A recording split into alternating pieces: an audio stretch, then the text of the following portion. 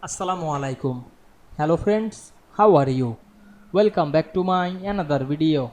In this video, I am going to show you how to add half horizontal line in PowerPoint. Let's get started. At first, you have to open a PowerPoint presentation. Now you want to add half horizontal line. At first, go to the home menu, select the new slide option and create blank slide. Then go to the insert menu, select the shapes drop down menu. We can see here many shape. Now I am select the line shape, then select the line arrow, then draw the line horizontally. Press shift on our keyboard to make the line perfect.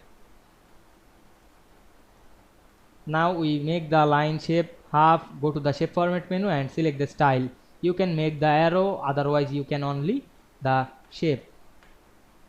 Select the outline option and select the arrow option. Now I am make the line half, then decrease the wide of this line, then go to the outline option. You can change the color, otherwise you can increase the wide. Select the wide option. Now we can see we make half horizontal line very easily.